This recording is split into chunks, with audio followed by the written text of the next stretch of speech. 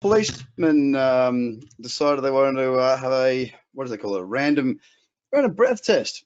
That was fine. I had no problem with it. It just chewed up 15 minutes. But I made it back, and here we are. We're looking at part 2 of the 4-part series. Great to see you here, David, John, Leah, Nathan, Paul, Samuel.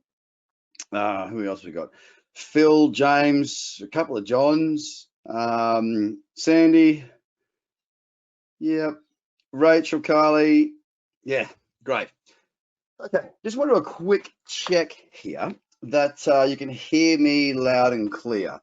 If you can hear me loud and clear, can you just type yes, please, or just yes into the question box? Just want to make sure that everything is all good. Fantastic. Thank you, guys. Appreciate it.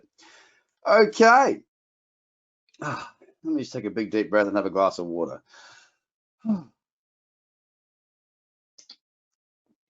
Okie doke. So here we are, part 2. How did you find?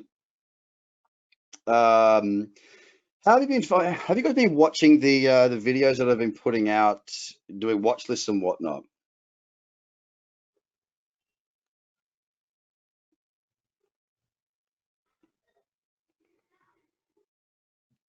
Cool, good. Well, the idea here is that we want to make sure that I'm not just like, I want to teach you the methodology, the strategies, the structure, but I also want to make sure that I can show it to you, and that's what those watch lists and the scans are about. It's about empowering you to make your own decisions, and that's what I'm here to do. Of course, if you're catching up, as in you watched the first part as a recording, or perhaps this is the second part and the second part you're watching as a recording. Either way, it's going to be fantastic. This is the part where I'm here to teach you what I call the ingredients. Now, we covered some of the ingredients last week, which is the trend and a couple of other little bits and bobs, but this one is going to be a lot about your involvement, making sure that you get involved, that you get to see what it is, and that, I really want to see any questions you've got. It's an open forum, as always, and I encourage questions. No one else can see the questions, and I won't say your name if you are to ask them. So please feel free to pick my brain and to bring anything up that you require to be brought up. So this is brought to you by Gate.io, the exchange, and myself, my company, TraderCobb. Part 2, mastering price action. Now, of course, as with all of these events and whatnot, this is my risk and warning disclaimer. This is an event to educate you. It's not to tip you. The videos that I do as watch lists are not to tip you.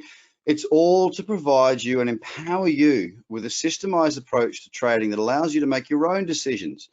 So please, if you don't agree with that, please leave the webinar now. If you do agree, hey, stick around. Let's keep going. So what's going to be covered? Of course, we've covered part 1 in the high probability trading stakes. We've done number 1 tonight or today or this morning or whatever you are in the world, is learning the ingredients. Part 2, mastering price action. Now, the word mastering, I know, it gets thrown around quite a bit. It's mastering what you need to learn for this particular strategy. I have 3 different strategies. Oh, and good news, we've relaunched our whole business once more.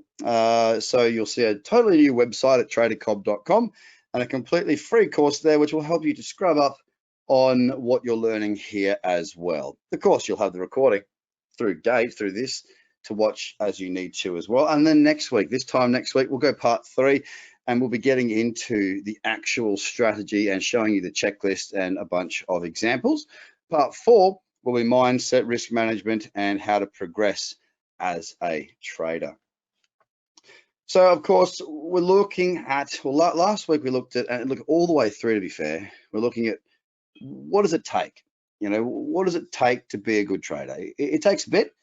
It shouldn't be complicated, in my humble opinion. I don't think that, it should be complicated. The hardest part in being a good trader is your consistency, and the hardest part to the consistency is really keeping the right mindset. You know, if you're not feeling well, don't trade.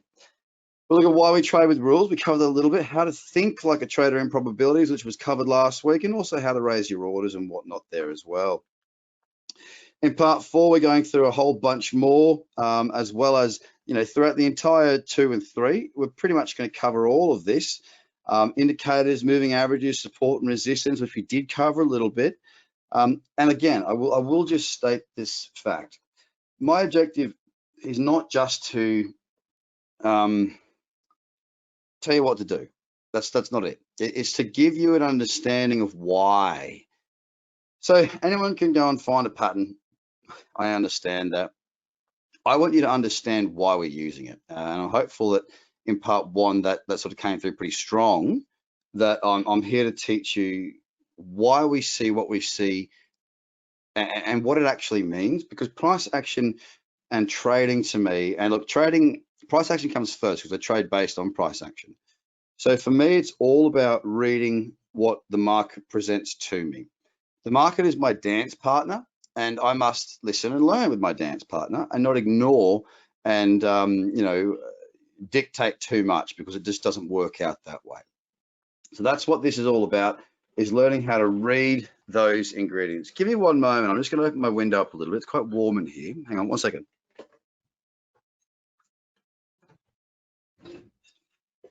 Thank you. We are in spring here in Bondi Beach in Sydney, and it is starting to warm up a little bit. All right, so let's get stuck in, and we're going to start with moving averages. And the reason we're going to start with moving averages is because if you haven't been watching the videos that I've been putting out, then A, shame on you. And if you want to know how to find those videos, best to just follow one of the Gate accounts on Twitter. That's the place where they post these videos that I do. And it's going to help you immensely on sort of stringing this together and making it work for yourself. So please do that. Alternatively, as well, you know, if you're following Gate, you may as well go and follow at TraderCobb as well, because that's me. Okay, so as always, guys, please do take screenshots when you wish to. Okay, what I would hope that you're doing is, I mean, and look, you don't necessarily need to do it on this first time round because it is going to be recorded. But bottom line is, I want you to take as much from this as you possibly can. My objective is for you to become the best trader you can be. And to do that, you may need some reference points. Now, if you wish to take notes, do it. If you wish to take screenshots, do it. I'm more than open for you to do that. I encourage it. And please also ask me your questions, because for the next hour and a half, slash, you know, hour 45, 2 hours, between an hour and a half and 2 hours, really, I'm going to be here with you, fully engaged. So ask the questions that you need to.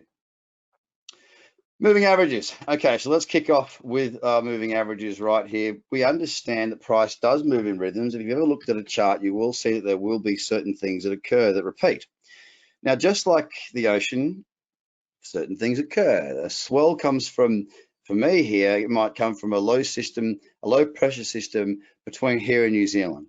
Okay, it will then drive up through the southeast, pushing towards Sydney here, and those swells keep rolling through and rolling through. Now, when they hit certain sandbanks or reef formations or rock formations, those waves then break. And they do have a certain, no wave is ever the same, but they do have a pattern. And we use these moving averages to give us that pattern. And when those patterns start to present themselves, we can then start to use for example, the sandbank that waves will break on. We know it's going to break there more times than not, and then it's our detailed understanding of the ocean that will help us to sit in the right spot if we're surfing and see, you know, to get the best result. Moving averages, that's how we use them. They don't tell me when to buy. They don't tell me when to sell. They tell me when the market is in a place where there is opportunity that could potentially be available to me. I use these as buy and sell locations. Okay, again, I will say once more, I don't want to confuse you. I will not buy when it just gets to the moving averages. I will not sell when it gets to the moving averages, depending on trend. There is more factors that are required for me to make an informed decision to have a higher probability of success. And like with everything, guys, this is going to formulate just a tick in the checklist. It's not everything, it's not the be all end all, but it is, in my view, a very important part. Now, I think I touched on this last week, but we'll do it again anyway. A lot of people don't realize, excuse me, what moving averages actually are. Does anyone want to have a guess? A moving average of what exactly? What do you think it's a moving average of?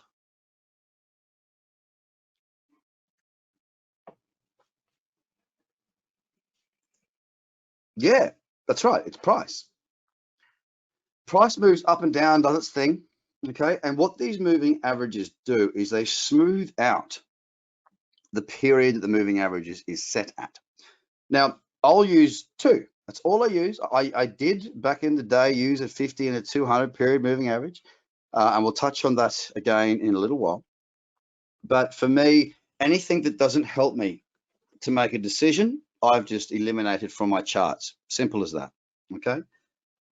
I've got the 10 period moving average. Oops, there it is, which is the black line represented on the charts here. The number doesn't really, sorry, the color doesn't really matter so much, but in an uptrend, it will tend to be above the 20. And what the 10 period is, it's 1, 2, 3, 4, 5, 6, 7, 8, 9, 10. It's those 10 candles, but it's smoothed out. So as price has gone all over the shop, up and down, all over the shop, it's smoothing that out for me. Okay, now, of course, the 20 period moving average, especially when we're in an uptrend in this case, as the example shows, it's going to be a little bit behind because it's counting another 10 candles, you know? So it's the moving average of price. And this is going to become something that's very valuable when we get to a certain point in this particular course, okay? Now, you can use simple or exponential. I'll tell you one thing. Since I'm the one who's taking you through this, you know, because it's a zone, you can use simple. You may as well use exponential because that's what I use. That's what the videos are. That's what the scans are going to be set on. You're going to see that. All right. The moving averages are exponential for me. All right. Very simple to set up and very easy to use. So the 10 period is the last 10 candles smoothed out on the chart. The 20 period is the last 20 candles smoothed out on a chart. We'll leave it nice and simple, just like that for the time being. Now, as with everything, I do show you how I use things and I do show you how I don't use things. And it's just, I suppose, more so than anything, look, the way that I teach, guys, like, cut a long story short, the way that I teach is the way that I think is the best way to teach. I teach from a position of experience. I also teach from the experience being that, man, I like for the first at least 3 years, or the first 2 years, I was all over the shop. I was terrible, really was. I was out there jumping around, watching this, watching that, doing that. And back when I started trading, I think YouTube might have been just started, but it certainly wasn't the behemoth that it is today, nor was social media. Okay, I think that was back in the old MySpace days. So it wasn't. Access to this sort of information wasn't as freely available. Influencers weren't a thing, and it was much more difficult to get a hold of things. But I would go to all these events. It was things like, you go to seminars and it was called the Trading Pub in London. You go and have a couple of pints and someone would talk about charts and you'd learn. Now, because of this, I became an expert on learning a lot of things. But when it came to my profitability, well, none of these things helped me at all. And some of the things that I was taught was that moving averages would act as support and resistance. No, they simply don't. I only use horizontal levels for support and resistance. That's all. I don't use sloping trend lines. We looked at that last week. So what not to do, I would suggest strongly, and look, again, if you have your own thought process, your own understanding of what certain things do or are, I would ask you to please keep a very open mind here. I'm not saying you're wrong. I'm not trying to insult. I'm not trying to be condescending. I'm trying to teach. I'm trying to help and I'm trying to guide. I do not use moving averages as support or resistance. It's only horizontal for me. That is all that I use. What about if price touches moving averages? It doesn't mean anything to me. It means that possibly if we have a trend, then it's back into that cradle zone. Here's the biggest one that I see, and it concerns me the most, especially not just in crypto, but in other markets, because you've got to remember, I've traded for 15 years. I've mentored people, and I've worked with some big clients all over the world. One of the things that when it comes to the retail level, not some, or even in the institutional grade, like, you know, the people that are trading on prop desks, proprietary trading desks, often will still look at moving average crossovers as a positive or negative. I don't at all. I don't think it means anything. And the reason being is, actually, let me just jump back so I've got a clean screen to work with. If this is my 50, right, that's my 50 period moving average. And let me just make this so it's what most people tend to have on their charts. This is the 200. Oh, hang on. Nope, don't do that. Oh, where did my green go? I wanted to have a green, that one. So this is my 200, right? The 200 is 200 candles, so it takes longer to move, right? Because it's got more data to process before it gives any movement. What you see right here is what people call a golden cross, when the 50 crosses up through the 200. Now, here's the thing. You've got to just remember that the 50 coming up and going through the 200, what that means is that price has moved higher. Because the 50 is more sensitive, of course, it's, you know, a quarter of the 200. So when it crosses up, people go, oh, it's bullish. And that's wonderful, because when you look at a market that's moved in one direction for a long time, sure, it will look very obvious. Oh, when it crossed, yeah, it kept going. Well, you've got to remember that moving averages are derived from price action. And price action doesn't always go in a straight line. It doesn't always go up and up and up and up. It doesn't always go down and down and down and down. Moving averages do this. So price does this sometimes. It's all over the shop. Now, whilst price is all over the shop, you're going to have moving averages that look like this, right? They'll be all over the place. They'll be like two snakes making love. You ever watch David Attenborough? That's what they do. It's not until price decides to take a directional stance that your moving averages will come through.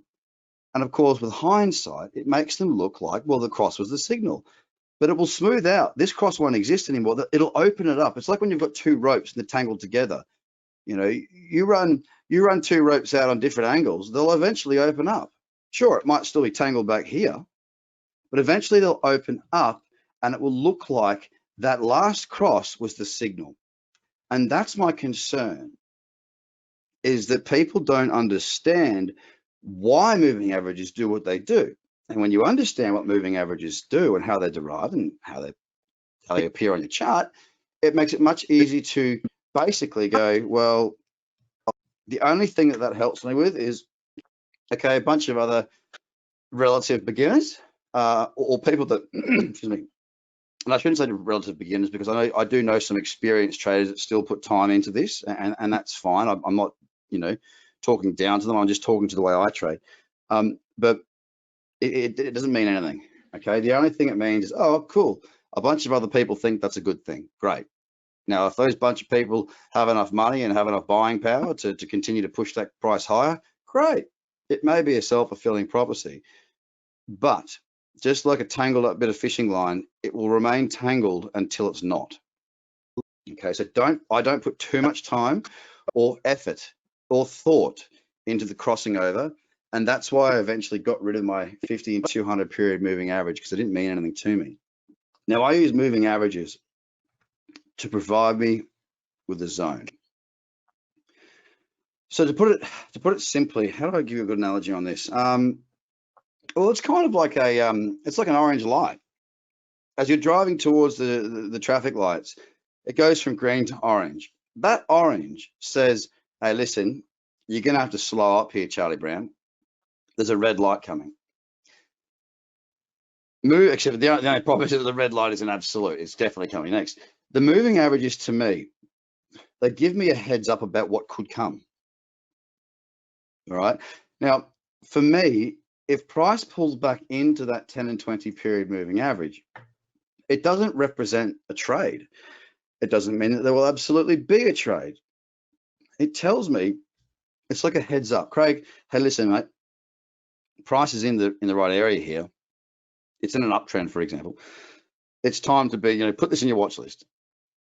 Keep an eye on it, because these are some of the key factors for this particular trading strategy, the crypto cradle trade. That's what it means.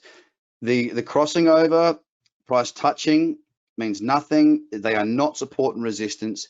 They are an area that pricks my ears up, and it will start to fall into place as we go through further in this particular webinar, as I start to bring things together for you. So the cradle zone, there is an area we believe, or I believe, that trading opportunity may set up. It's a zone because it's not an exact science. Okay, it's not a, it's not a absolute down to the, 9th degree type thing. It's a visual representation. And the buy zone is the area in and around the rising 10 and 20 period moving average.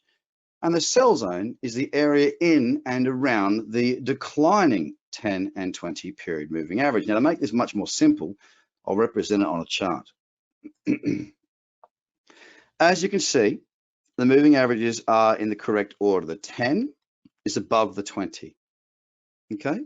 Now, what I'm looking at here is when price does this and it pulls back in.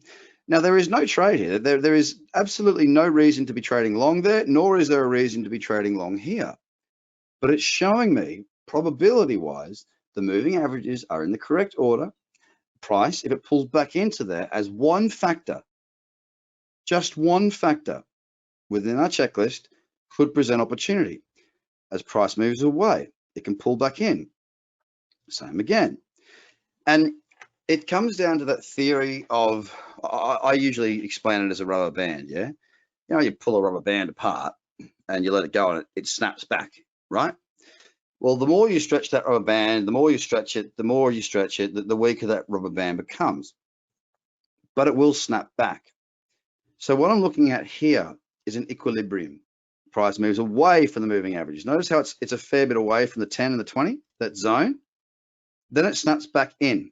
When it comes back in, I'm not saying that there is absolutely a trade there. I'm saying it's a point at which I start to go, okay, it's back into this region. This is the region that I start to be more interested in potential trades of this particular market. Moves away again, pulls back in. Okay, not saying there's a trade there, but it does capture my attention as there is a trend and it's pulling back in.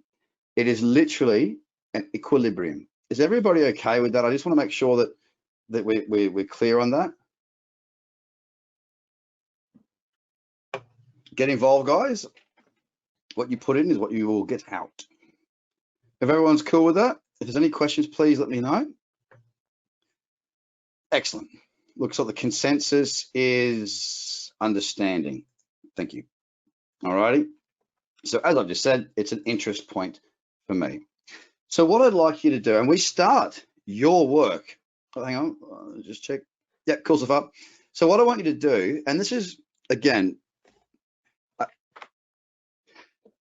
what I teach and the way I trade, it is straightforward. Okay, it's not. I don't want you, when I explain something, I don't want you to overthink it. And if you do, please, like, overthink it, but overthink it in the question box so I can see what you're thinking, because I want to help. I want you to be able to spot the areas where price comes into that cradle zone. I don't want you to look for trades. It's not that, we're not up to that point yet. I want you to look at this chart and I want you to start to, like, just point at the areas or make a note in your head. For example, here's the first one. Price, pulls up into here. Yeah, well, obviously it showed the second one. So there you go. Find the other areas, please, if you will, where price pulls into that cradle zone. Now, you don't need to say anything in the question box. I just want you to make a mental note of where it is, please. And I'll give you a little time to do that.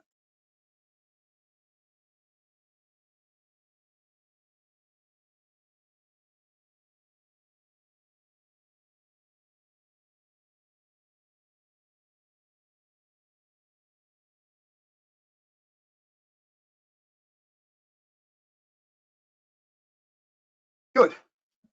So I'm going to draw them before I use my little arrows because, oops, in here it touches the 10. So if you're wondering, hang on, what? It's a zone, Craig. So what if it's, what's the difference between it being in the middle and just touching the 10 period like it has here? Oops, sorry. Let me make a very simple rule for you, especially at this point, because don't forget, the number one rule for everybody when it comes to this stuff is if it's not clear, it's not there, and it's got to be clear for you, okay? I've been doing this for a long time. What's clear to me might not be clear to you, and that's okay. Experience, time at the charts, time trading, all these things are going to help you to improve over time, but you're the only one that matters in this case. So if it's touching either the 10 or 20, either one of those two moving averages, or if it's smack bang in the middle, that's considered the cradle zone. So we can call it here. And there's a whole section through here, realistically, isn't there? There's plenty of times. And again, we're not looking for trades right now. We're looking to nominate areas for which we see it pulling back in. Keep it real simple now. I break everything down individually, and then I go on to the whole strategy. And there's another area over here. Okay. In this example, it's an uptrend. So again, 30 seconds. Work out where you see the cradle zone.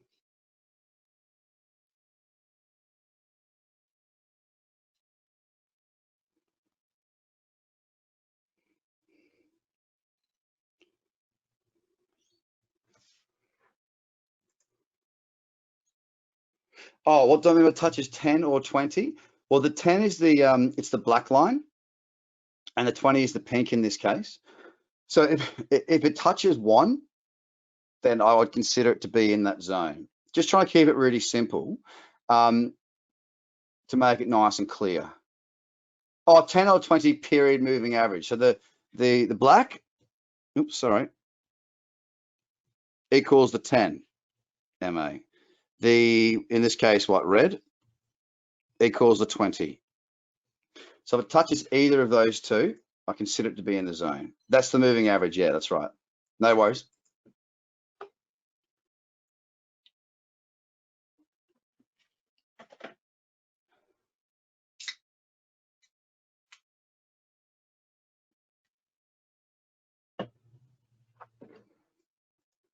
All right. So we've got a few through here, haven't we? Whoops, sorry, went one ahead. And of course, price is also in that zone up here as well. Now, the beauty of this, and this is why I encourage you to, even if you watch the videos and be on the scan. It's the Wednesday night, this time, 6 p.m. Australian Eastern Daytime. It's the same time we start here on the Monday night for me, wherever it is in your world, whatever time we started this. Same time in 48 hours, I'll do a market scan, and that can sort of help you to see how I use it, because that's the hands-on part. That's the bit where the clarity comes. I personally believe, because I see so many times that, I shouldn't say I see so many times, I have seen in my career when I was learning so many times where it's only applied to a textbook, which is essentially what we're doing here. My objective is to not just apply it to a textbook, but to apply it to real life charts so you can see the reality of it. Because at the end of the day, what's happened back here doesn't actually matter. What we're doing in this exercise is just helping you to spot those areas. Okay, the right hand side, which is right here, right now, that is the only place that we can trade from. We can't trade from back here. It's already happened. We can't trade from here or here or here or here or anywhere else. We can only trade from here, and we're hoping to use the information, the data we have here based on our checklists to help us to position ourselves for that in an uptrend. All right, so that's why the scans and the videos that I do, the watch list, there'll be one after this that I will go and do, by the way. So I'll be, when I finish this in the next hour or so, I will go and do a watch list, and I will be able to show you guys some of the stuff that I'm looking at based on exactly what I'm teaching you. Question, what about the part where it goes along and crosses over both the MAs there? Would that be considered a cradle? You're talking, let me just tidy this up a little bit, hang on. You're talking about in here, right? No. One of the main points of that cradle zone is that the moving averages need to be in the correct order. Okay. Now I remember this chart very, very well. I traded, a breakout through here. I know this very well. I know that this is the 1 day. Now in this little section here, I wouldn't classify that as being in the cradle zone. The moving averages are not in the correct order, which is the 10 above the 20. They're not open. They're not pretty. It's not nice. But if I went to the 2 day, and this is why, multiple time frame analysis is so important. One time frame might be like on the daily here, we go, oh, geez, it's not that good, is it? But if you go to the 2 day, I'm sure as anything, that's going to be right there in the money. So it's about working our understanding with multiple time frames to find things that give us opportunity. And again, that's where that scan is going to help immensely. And if you want to, you can go to my YouTube channel. There's plenty of scans up there. And at the end of the day, there really is no substitute for time spent at the screen, whether it be you doing that or honing your skills watching me do it to give you confidence to do it yourself. I mean, I've got a program with what I do, which is it's called Live Trading Floor, and I do it 5 days a week where I'll scan a bunch of different watch lists, right? The idea behind that is that people will do their scans themselves. They'll get the watch list that I'm using, the same lists, and I want them to make their own lists and then come through and see what I pick up on that list as well. And that will give you the confidence over time to know you're on the right track. David, this is that weekly scan. It's the weekly scan. You'll get an email from Gate. So with Gate, what we've got is Monday, Tuesday, Thursday, Friday, watch lists that will be presented in a video that you'll see on the social media platforms of Gate. On Wednesday, same time as we started here, that's going to be the scan. So whatever time this is, I don't know whereabouts in the world you are, mate. Sorry, I did say I wouldn't say names, but stuff that up, didn't I? It will be whatever time we started in your time frame in 48 hours, and you will receive an email. Oh, you're in Perth, mate. So you're, I think, 3 hours behind me in Sydney. So what's that? 6. So 3 p.m. your time on Wednesday is when that will be. So please do, because it just brings it together so much better when you actually get to be involved, and it's live. You get to ask questions. So that's our cradle zone. That's our cradle zones on this particular chart. And now we get to our big and small candles. This is important. And this is going to sound really weird. It always does. And just bear with me here. So we look for candles to be relatively small when it comes to the trade. So one of the checklist items is a small, if we're talking about an uptrend, and we are in this case, let's say, right, a small bullish candle in the cradle zone. Now we can see that price is in the cradle zone, right? Right here, it's in the cradle zone. Now that's not a bullish candle at all, not right now. What we want is to wait for a bullish candle, and it's got to be somewhat small. Small, well, how do we define small? Is it scientific? Well, if you haven't learned anything about me just yet, there's very little in what I do that is scientific. It's done through logic. Okay. Now, this is going to sound strange. If it's not big, it's small.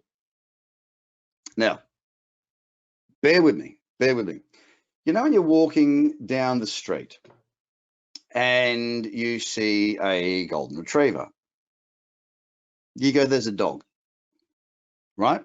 You go, that's a dog. Now that dog's fine. That's small enough.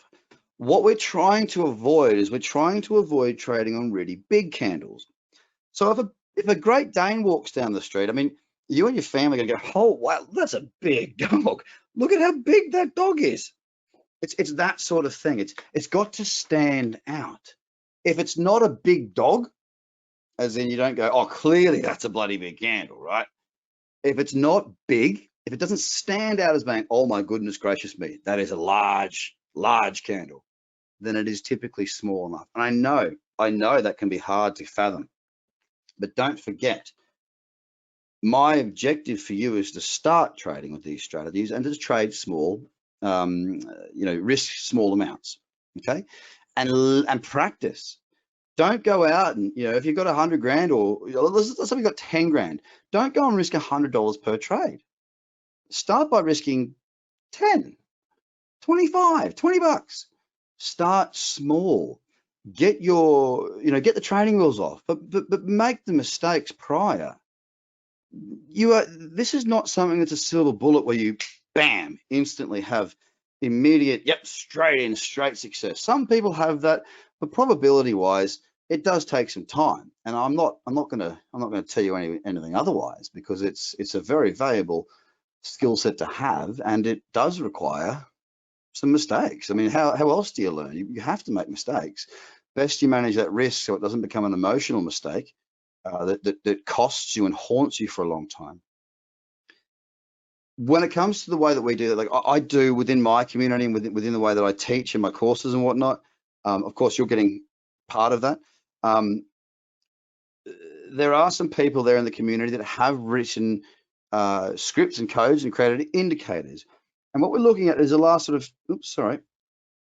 still get this drawing tool. It's just a little funny. So the last 10 to 20 candles. 1, 2, 3, 4, 5, 6, 7, 8, 9, 10. And why? We're looking at the candle that's potentially the next candle to be not big, all right? Now, the reason we look at the last 10 to 20 is because you know as well as I do when it comes to cryptocurrency that, a market can be doing like we see here. Look at these ones. There wasn't a lot going on through here, but then for whatever reason, news, announcements, I don't know, whatever, all of a sudden the market moved, and we like that. And these are big, that's a big candle, that's a big candle. These are all fairly big candles, but we can't compare our small candle that's right here to these candles because the market's changed, right? The volatility has changed.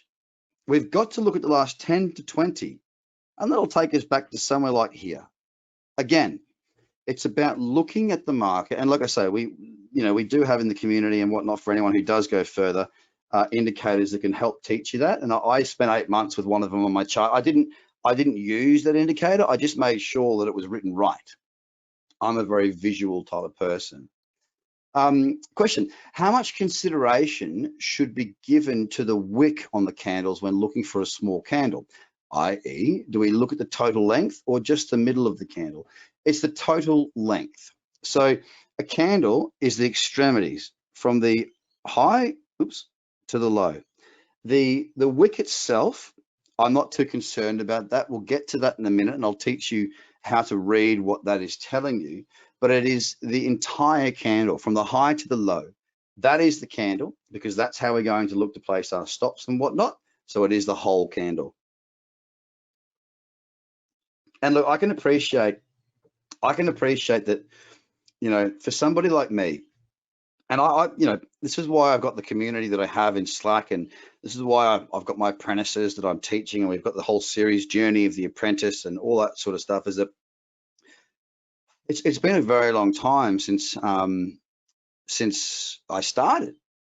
So there's definitely a lot that I take for granted in my knowledge. And that's why I've got a team of other people that also do content for me as well, to try and help to bring it to maybe not skip over some of the things that I might. Now, when it comes to the teaching and the presenting like I am here for Gate and for you guys right now, I do try and make sure that two things. One, I'm very focused on making sure that I don't speak to me, I speak to you. But two, that I encourage that interaction, because there is no such thing as a stupid question. If you've got a question, ask it. If you don't ask it, then you'll never get your answer. So bottom line, if the candle doesn't look big, it's small enough. And you're going to get used to that with a bit of time, especially with those scans. Okay, so indicators. Now you'll see this little comment here is important. Think of it logically. It's nice to have, right?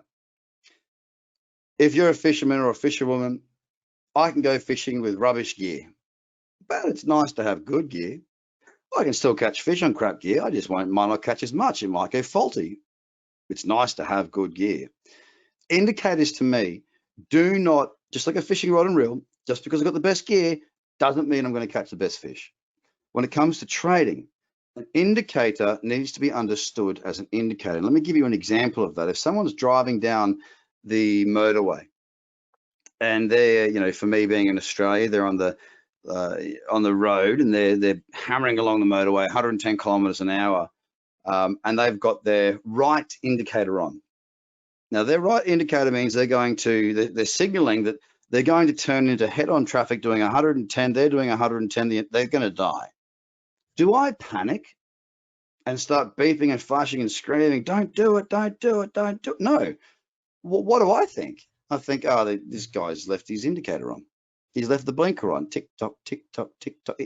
I don't for any second think that he or she is going to swerve into oncoming traffic and cause a massive mozza.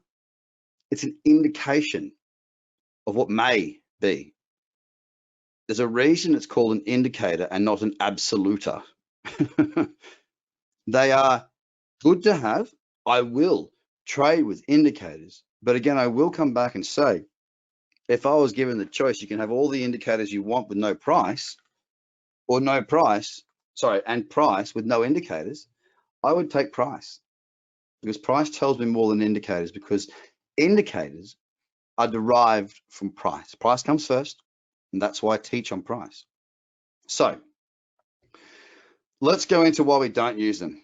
The crossing up and down of the RSI through the 70 or 30, it seems to be a big thing in crypto, and I think I've, to a certain extent anyway, got the understanding for it. And I think it's, again, not to be condescending, I don't want to sound like that at all, but just being factual from my observations, is that it's something that you learn very early on in your trading life, that if it's above a certain level, then it tends to, people say, oh, it's overbought.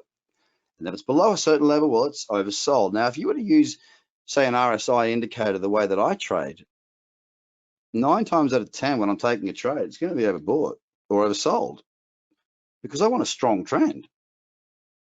So I don't subscribe. I don't even use the RSI. Now, I did use the RSI. I used to use the MACD, the RSI, and I'd use stochastics, until I learned that basically they all said the same. They all showed me the same information, just on a more sensitive or less sensitive dial. And I settle on MACD because it tells me everything I need to know. And I've even taken the signal line and the histogram away, and I've got one singular line now. Even some of the slides you'll see on this particular course, you'll see the histogram and you'll see the signal line. I've taken them both away because I realized all it does, and I've learned to read it with all that stuff up there, right? But I realized through teaching people and running classes and helping others that it caused confusion. So I went, all right, well, I'll just get rid of it. So I got rid of it, and it's made it a lot easier. I don't use the RSI. I don't use it at all. I don't use it for a buy signal. I don't see it as a sell signal. There will never, ever be a time where an indicator will tell me to either buy or sell. Ever. Never, ever, ever. What an indicator does for me is it will keep me out of a trade. Okay? I don't use the RSI at all. I stick with the MACD, and I'll show you in just a moment. So here's my example here of what I used to have. So the blue line is the MACD line. The orange line is the signal. I actually, in fact, get rid of that orange line now because it doesn't add any value. It doesn't add any value at all. But one of the ways that MACD is used in its most purest form of having the signal and the MACD is that if it crosses up through a certain point, it says buy. Some places will teach you that. And when it crosses down, it says sell. So let's just dot this up and remember that indicators and everything follow price. So at this point, somewhere around here is when they've crossed up, or probably, actually, to be honest with you, it's probably more around that candle that's got us crossing our moving averages right here, because there is a lag. They all lag price, all right? We go, sweet, it's crossed up. The moving average, sorry, the MACD of the signal has crossed up through the MACD. Oh, it's a buy signal. And then if you're waiting for it to cross back down to get out, well, you're not getting out here. You're getting out more or less down here because, again, it lags. So the way that many books and whatnot teach you to use MACD, in many cases, it's not going to help. Now, of course, those books are going to find great examples of when it does help. But let me tell you from experience, it doesn't. I use MACD to tell me when not to trade. That's it. I want to see when a trend is strong and when the trend is potentially, I say potentially with a big, because it doesn't tell me. It gives me a bit of a heads up. Okay, I only use one example because there is no point in teaching you anything further about this, as it's just going to harm you.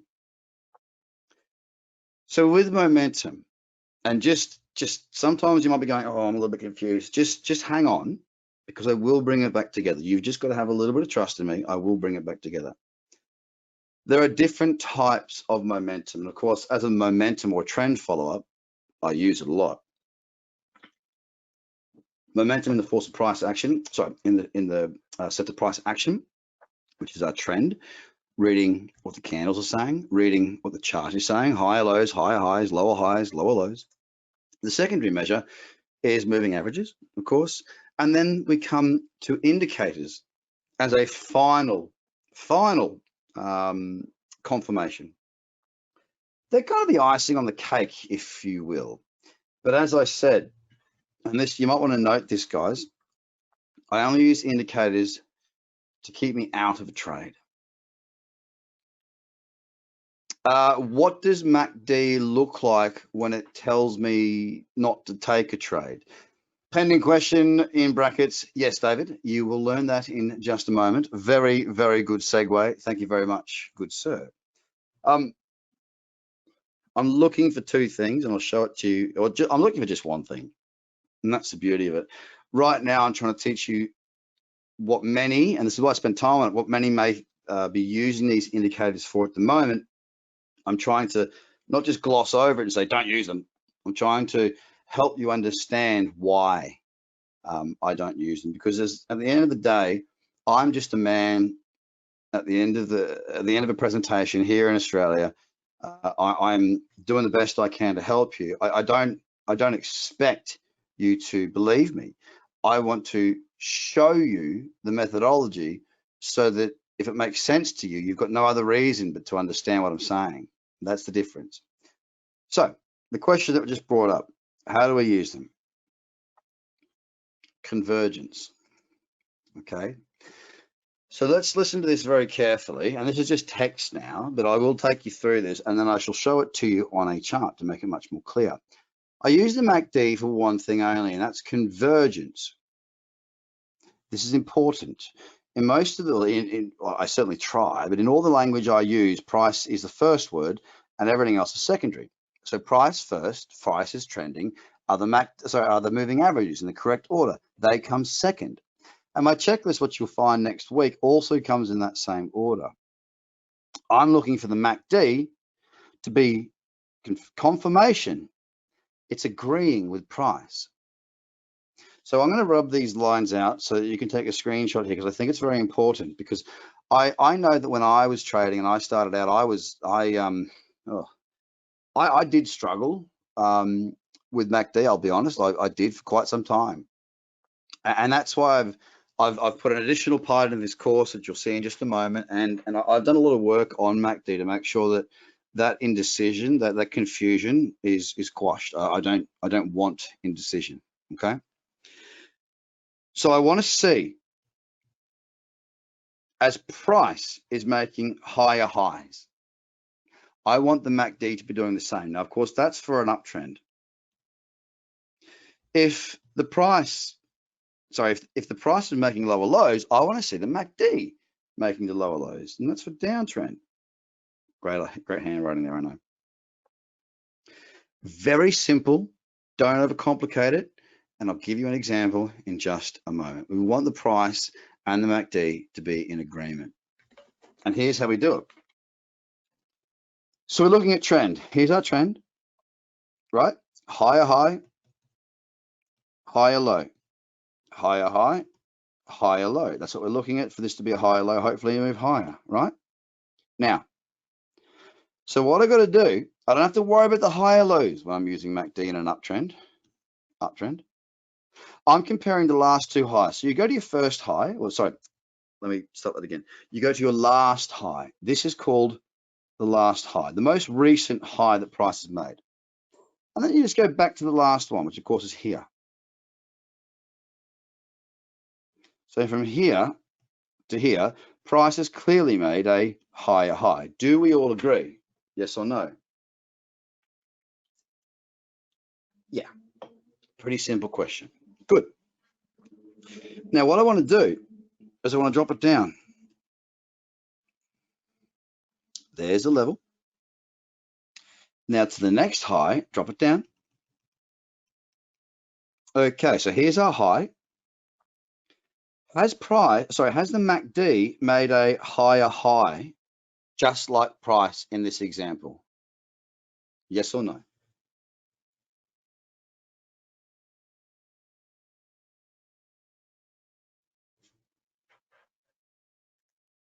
Yeah, damn straight it has. So what we've got here is we have got price and our MACD in agreement. As price has made a higher high, so too has the MACD. This means we are converging, and convergence is just another word for, oops, that looks like a Q, but it's agreement. Okay. It just means, it doesn't mean the price is going to continue to move higher. It doesn't mean that there is a trade there. It means the conditions are looking quite nice thus far within our individual checklist. So don't forget, so far we're going through trend, we're going through a bunch of different things. This is just another tick. We're just ticking things off, and we look at them individually, not collectively. We literally go through and we tick them off individually, therefore taking away having to try and see everything at once. Question, why does it look to me we missed a high long green average just after 24? Let me just, here, you're talking about here. Yeah, because we didn't get a pullback. So let me just tidy this up a little bit. Now, I don't want to confuse anybody or get too far ahead, but when it comes down to the nitty gritty, you need at least two candles that are pulling back, okay? So up, we've got a concerted effort to come back here. We've definitely got a higher low here, okay? This one here, it's just one singular candle. One singular candle does not make a higher low. There needs to be a proper concerted effort, because that could just be a little fat finger. It could be anything. We need to see a proper pullback like we have here, a proper pullback like we have here. Okay, now I won't go into too much more detail at this stage because this is the preliminary rounds, let's just say. But we need to have at least two candles pulling back a little bit. Honestly, the best way I can say it is a concerted effort where price is actually just, it's worked its way back. We want to see a nice work back. You see it, sweet as a nut, beauty. So it doesn't mean that price is going to definitely move higher. Once again, it's like looking at your weather report and you go, okay, well, the news said it's going to be 25 degrees tomorrow, sunny and light to moderate winds. I'm going to go wide, I'm going fishing. And then you go, okay, I trust the news, but I'm going to go to the Bureau of Meteorology and I'm going to have a look at the swell charts. I'm going to look at the wind charts. I'm going to look at the hectopascal charts. I'm going to look at the pressure systems. And you go, okay, yeah, no, I definitely see that, you know, aside from some wild bit of weather coming through, there is really no cause for concern about going out wide because The market or the weather is showing me all the signs of tomorrow being a lovely day. And that's what this is telling me. It's telling me that there is really nothing in the way of me being able to operate within this market and go to my next checklist item. That's the way I look at it. Now, of course, if it's not convergent, well, the opposite of convergent is divergence. The opposite of agreement is disagreement. Divergence will do one thing. It will just keep me out of a trade. I just keep it real simple. If I've got divergence, I will not trade. I only want to take, and don't forget, this is the biggest lesson here. It's my money, just the same as it's your money. Nobody's telling you that you have got to trade. Nobody's holding a gun to your head saying, trade, trade, trade, trade, trade. We trade when we want. We trade when conditions permit trading. Now, I'll be honest, in the last couple of weeks, there haven't been all that many great trades. The market's been a little bit wishy-washy, a little bit undecided, and it sucks. I'd much rather have good, strong trends. But experience has told me to just, you've got two choices. You can trade when there's not good trading opportunities available and lose money, or you can not trade when there's not good opportunities and keep your money. And most people will give money back when conditions are crap. They'll make it when it's good, but when conditions are not favorable, they will give their profits back. And we don't want to see that. We want to see consistency in our approach, which will result in consistency in our returns. And if it doesn't, then we need to be able to nominate the areas for which we need to improve. And that's where the checklist comes in, and that's where the screenshots come in. If you can't go back and measure what you've done, then you can't possibly manage it. So divergence will stop me taking a trade. It's as simple as that. There's nothing based off the MACD alone will help me to, or sorry, will make me take a trade. It's not a buying signal. It is not a selling signal. If I am in a trade, it does not mean that I will exit one because I'm divergent as the run goes on, because it's not a crystal ball. It doesn't always work out. Example, high number one, high number two, high number three, high. Higher high. Obviously, this high is higher than this high, albeit only by a bee's dick, but it is higher. And then this high is higher than this high. We can see that clearly. We want to see our MACD in agreement with price. So, let's go from the, it's actually, that one doesn't matter so much. It's the last two. It's the high to the last high. So I drop this down. There we are. Then I drop this one down. Well, it's pretty obvious that this one over here, is not higher than that one over there. This example, the price could keep going higher and higher and higher and higher and higher and higher and higher. Don't care. Doesn't matter. I care about taking good trades with high probabilities of success. And in this case, because the MACD is not agreeing with price, the probability is diminished. At the end of the day, you don't really need to learn about divergence if you just focus on trading charts with convergence. And I'm all about, less is more. Having less in your brain as far as things to remember and consider and be involved in, I think that's more important, because I need you focused on what you need to do.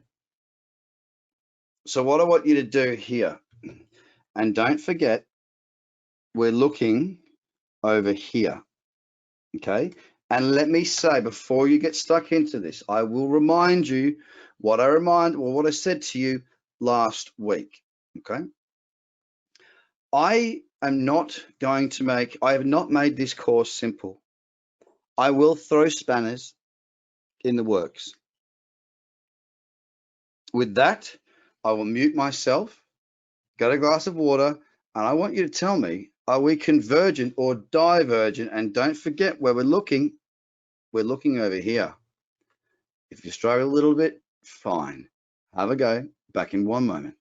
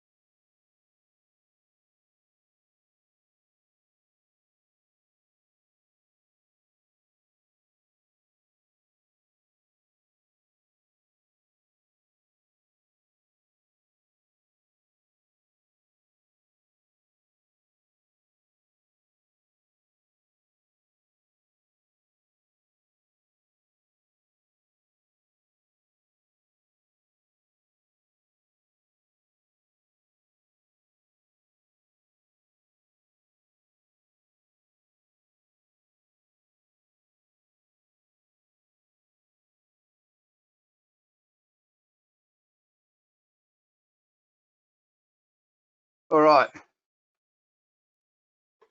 All right. So a little bit of confusion there. Let me just ask you the question. What's the number one rule? I've said it a few times now. Can anyone remember what the number one rule for you is? Or for anyone for that matter? What's the number one? Yes, correct. If it's not clear, it's not there. So for those that have been sitting here scratching their heads, and I know I took a little bit longer than normal. I went to the little boy's room at the same time. If it's not clear, it's not there. Now, if you come across a chart, you're going, oh, geez. And you'll hear it when I do a scan. I'll go, I know for me, because I'll make the facial expressions. Now, you can't see those facial expressions, but you can hear in my tonality and my voice. I'll be like, when I make those noises, it's simply not there. It's not clear enough. Yeah. This chart, it's not convergent and it's not divergent. And let me tell you why. Connect the dots. Higher, low, higher, high, low, lower, high. We don't have a trend. Now, I know. I didn't expect you to get it. This is, it's a bit of a test. It's a real reminder that when you go into the actual market and you look at the actual market, you're not going to get perfect examples. And I don't give in my courses perfect examples because that's not the way the world works. I need you to be switched on. I need you to think. Now, admittedly, this is extraordinarily tough, and this is more of a, I guess, like a dog lifting its leg and urinating on a tree. It's making a mark. It's proving a point that I want you to remember throughout the rest of this program, this 4-part series, is that not everything's going to be exactly as it should seem. Well, you've got the checklist, you would look at this and your first objective is there a trend? And you look at this and you go, there is no trend. Now, if there is, and because you haven't got the checklist, I've been extraordinarily harsh in this, okay? Very, very, very harsh, very mean. I admit it, it's true, but it's ringing a bell. It's saying, hey guys, we're here to learn. I'm not here to just spoon feed. It's not going to be as easy as you might have gone through other things. Well, that's it, mate. It's saving you and helping you to understand that you've got to pull yourself back sometimes and see it for what it is. The first rule in your checklist is going to be, is there a trend? Now, in this case, there is no trend. So if there is no trend, there's no way I'm going to ask you to look at the the MACD. Okay. Now, I think I've got a typo. I think it says it's convergent. I think. Oh no. Sorry. It's actually said it's divergent. It's not meant to be either or. It's meant to keep both of them up there like that. It's a click-through mistake. But there's no reason to do that. Now I'm going to ask you again. Now that I've got you on your toes, I'll give you 30 seconds or so. Are we convergent here? And don't forget, we're looking at this high. So let me help you. This high to the last higher high in price. Are we convergent or are we divergent?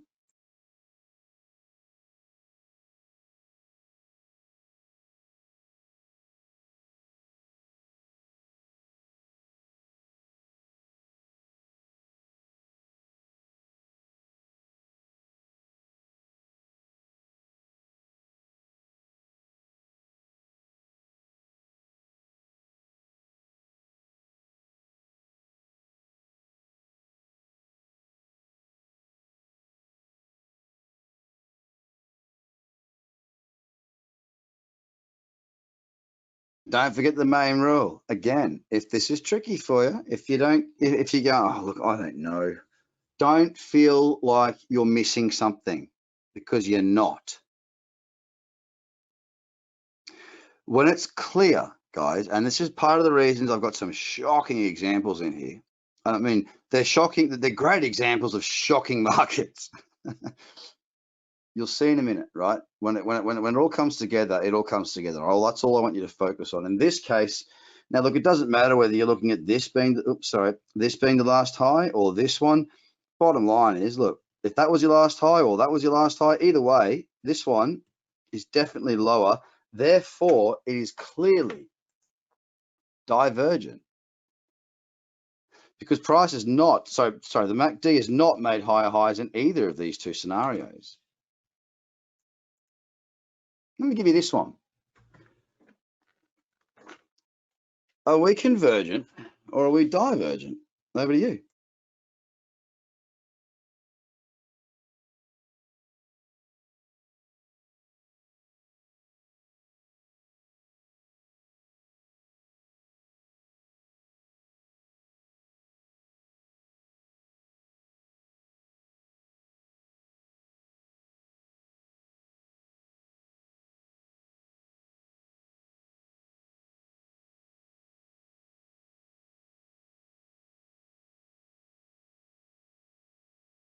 Oh, we've had one person do a handstand. Good, good, good. Let me make this a bit clearer. So we're looking at, here's our, come on, pen, work. Do you think, come on, make your drawing, little tool, there we go. We're looking at that high to that high, okay?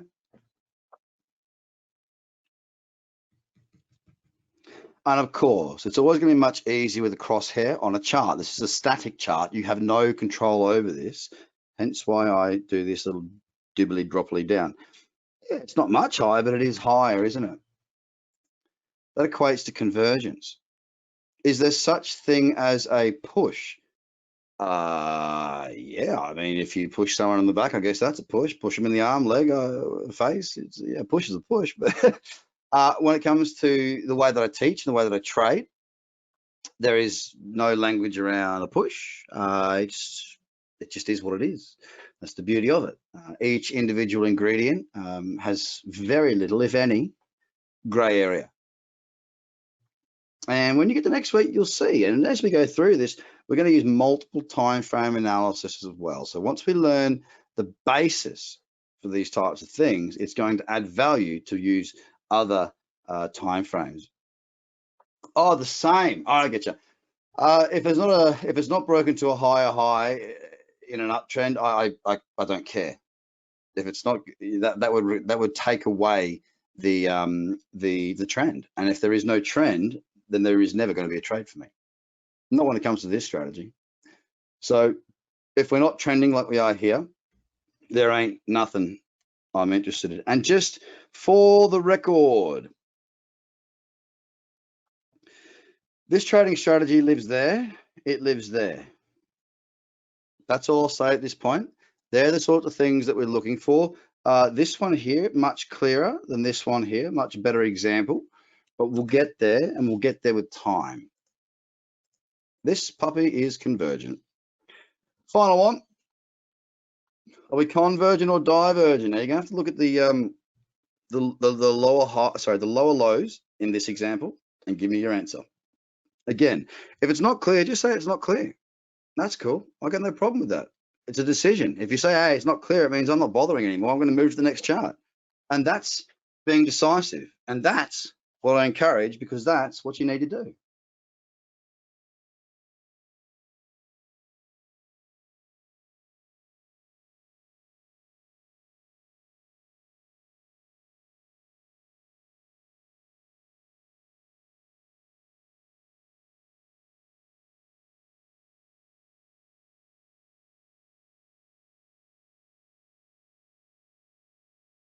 The language of some is not impressively clear. And I like that, mate. I like that, because you're right.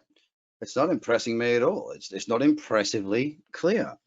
And, you know, here's the thing. What we've got to nominate is the lows and the highs. And this is what comes back to last week. And we've got to practice this trend stuff. And that's why the scans will be great.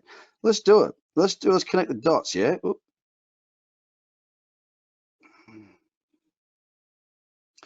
So when it comes down to it, here's our current low. Here was our last low. Sorry, stuff that up. There's the low point there. There's the low point there. Well, it's pretty clear that that last low in price, well, the MACD did not move lower than this last point here. Therefore, it's divergent. And if you're sitting there and you're going, oh, gee whiz, oh, this is hard. I'm not going to get the hang of this. Yes, you will.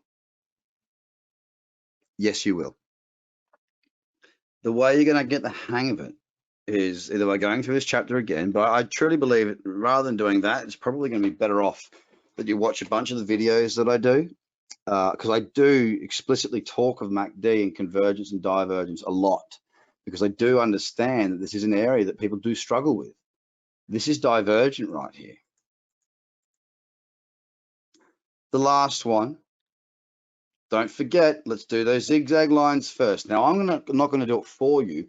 I want you to draw in those zigzag lines, and I want you to work out if we are convergent or divergent. The current low, which we know is there, to the last lower low. Are we convergent over that period? And I will say this again.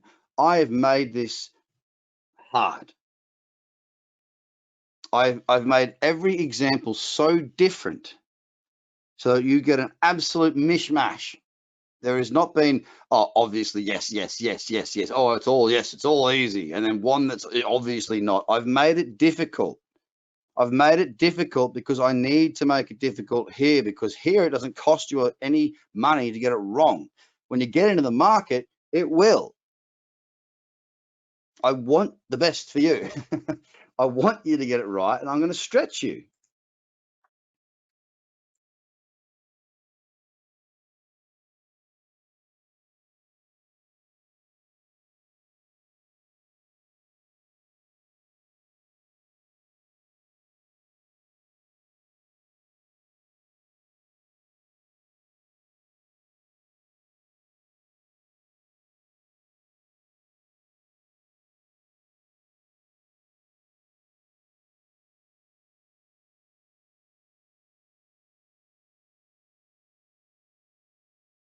Don't go quiet on me here. We're in this together, guys.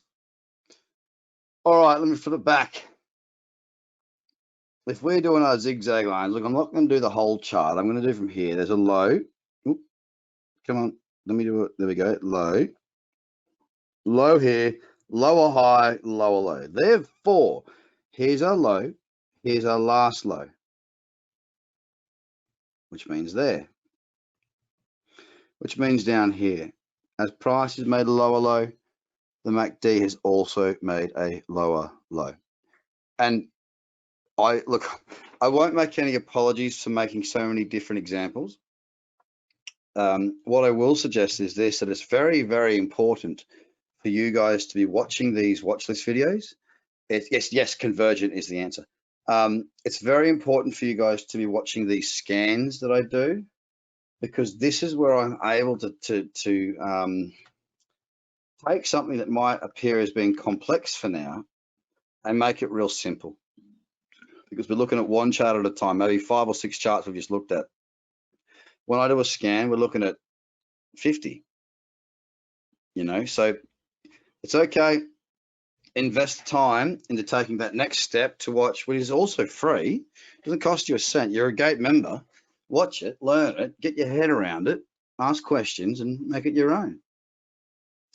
Here's a bearish example, bearish divergence. In all honesty, I probably want to get rid of this slide, because at this point in time, I just, you know, it's more important to teach you what we are looking for than what we're not looking for. I'm a very large believer in keeping things as simple as they possibly can be, so you have less to think about, less to concern yourself with, and you can be more focused on what it is that you want.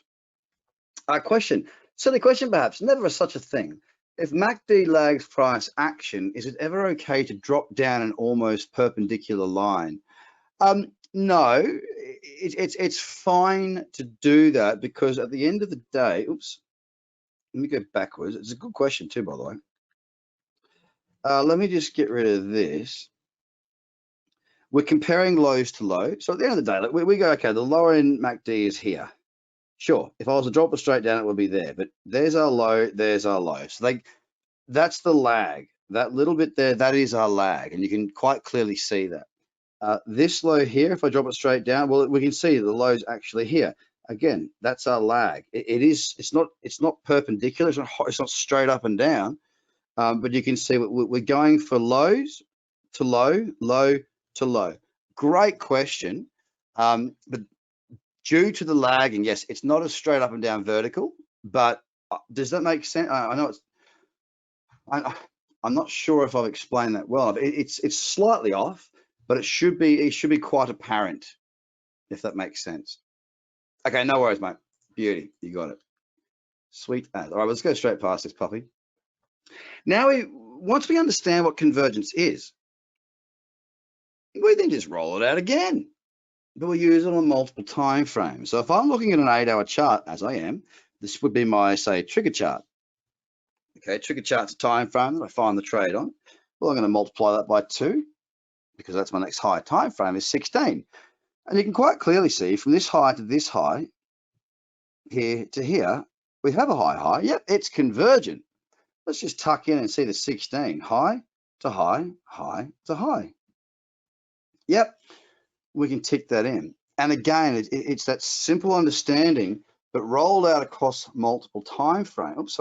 Multiple time frames. And the same example here. High to low, lower high, lower low. Here, here, here, here. As price makes a lower low, MACD makes a lower low also. That's on our trigger chart, our 4-hour. We go to the 8-hour, and you might look at this and go, oh, sheesh, there's a low there and a low there. Wow, that's divergent. Incorrect.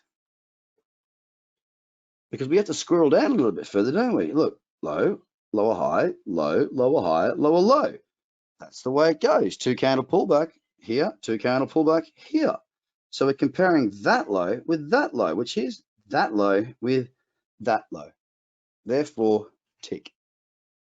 Now, it's going to take a little bit of time, but some of you will have gone, hey, presto, I got it, I get it, all good. Yep, you beauty, I'm all over this. Others, it will take a little bit more time. I was the others that it will take a little bit more time. Nothing in my trading career has come easy to me. I will be absolutely honest with you on that. I am by no means a, amazingly gifted, smart individual. I'm just somebody who works hard and doesn't give up. All right. My father's a builder, retired now, and I worked on building sites. And I had goals and I had objectives, and I wasn't a scholastic person, which meant that whatever you miss out on in education, you make up for in just pure sheer work. That's how I've done it. All right. And I've taught people that I'm so proud of it. They've picked it up so quickly. And I just wish I could have. I couldn't. It took a lot for me. So if you're at the point where you're going, hey, listen, I'm not really picking this up, don't worry. Just spend the time. Get it right. A question, convergent lows useful for what kind of trades? Well, when it comes to big picture answer, convergence means that the probability of it continuing is higher. You've got to have convergence for me to take one of these cradle trades, which you'll be receiving. Yeah, it's a must. If I don't have convergence, I won't trade, man. And the same goes, like, if you do decide to invest and learn my other 2 strategies, you'll see the convergence. It's not just on this one strategy. It's going to go across to everything I do, because it's that bloody important, mate.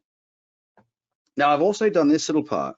Now, because I used to say this is something that no one else is seeing, because my courses that I wrote, the paid courses on my website, they were written at the back end of 2017. Now, I've been presenting and teaching this stuff in other markets for a long time, but I saw a real, for other people, so not my own business. So I saw a real need to double down on MACD. And what I would like you to do, as a matter of fact, is to take a screenshot here, please, guys. So give you 10 seconds to take that screenshot before I take you through it.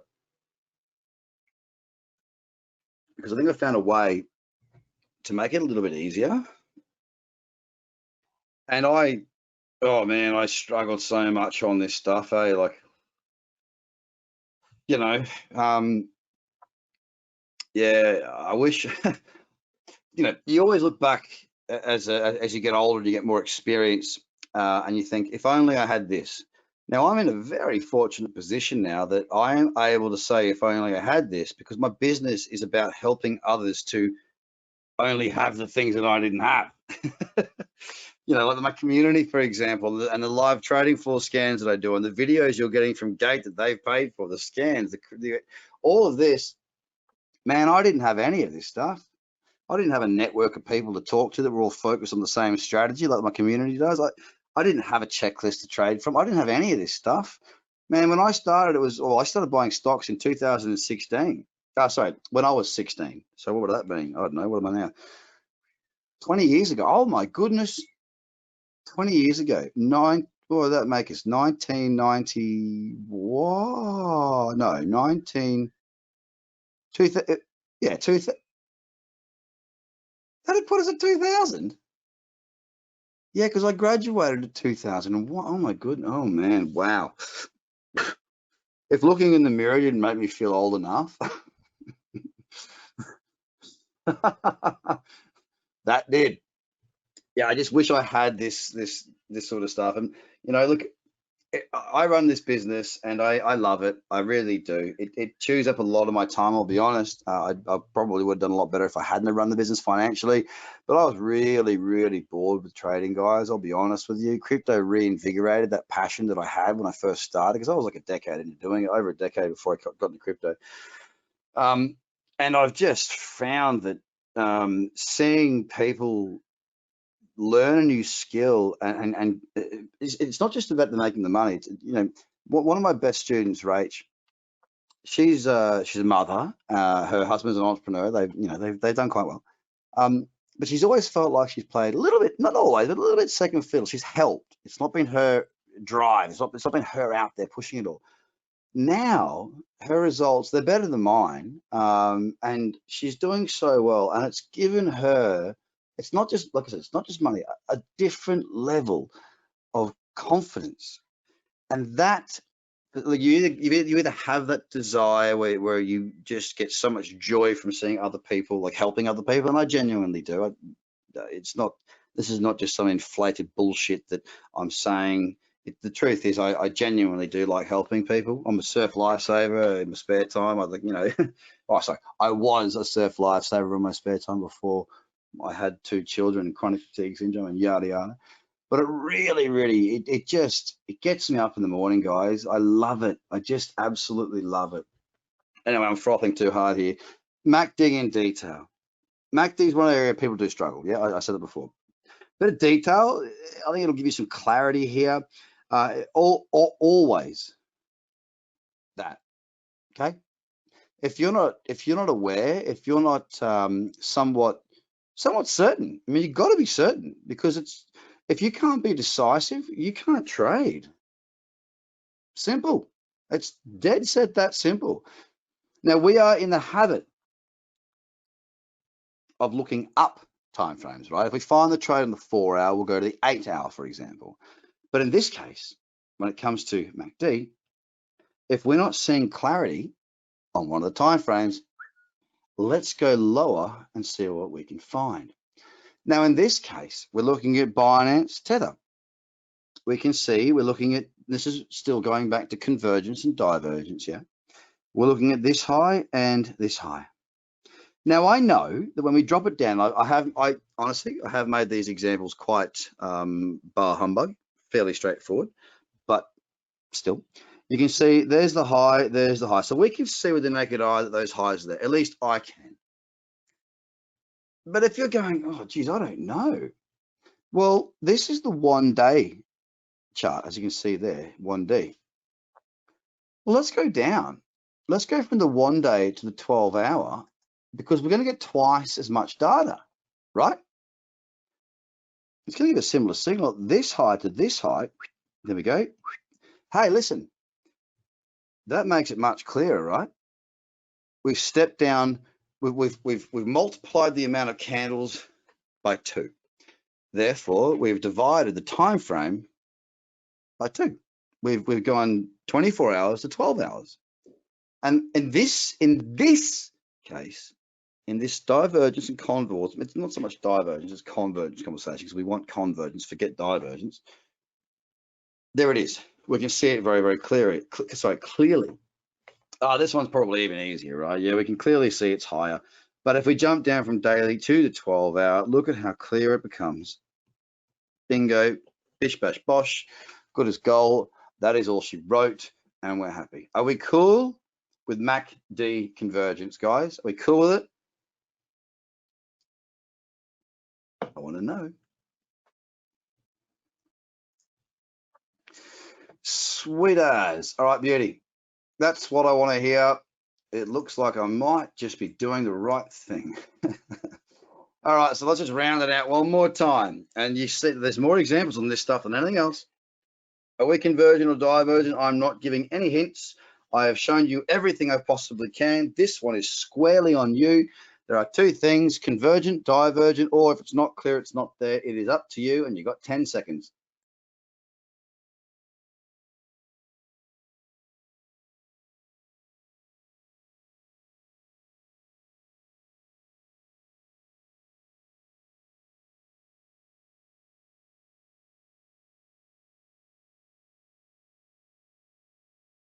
There you go. Here we are. We have a low. Oh, sorry. We have a low and a low. Forget anything else. We're looking at the lows. Here it is. Here it is. Boom, boom. Lower low, lower low. Convergent. One more. We convergent or divergent? Slow the pace. Use your brain. Think it through. Give me an answer.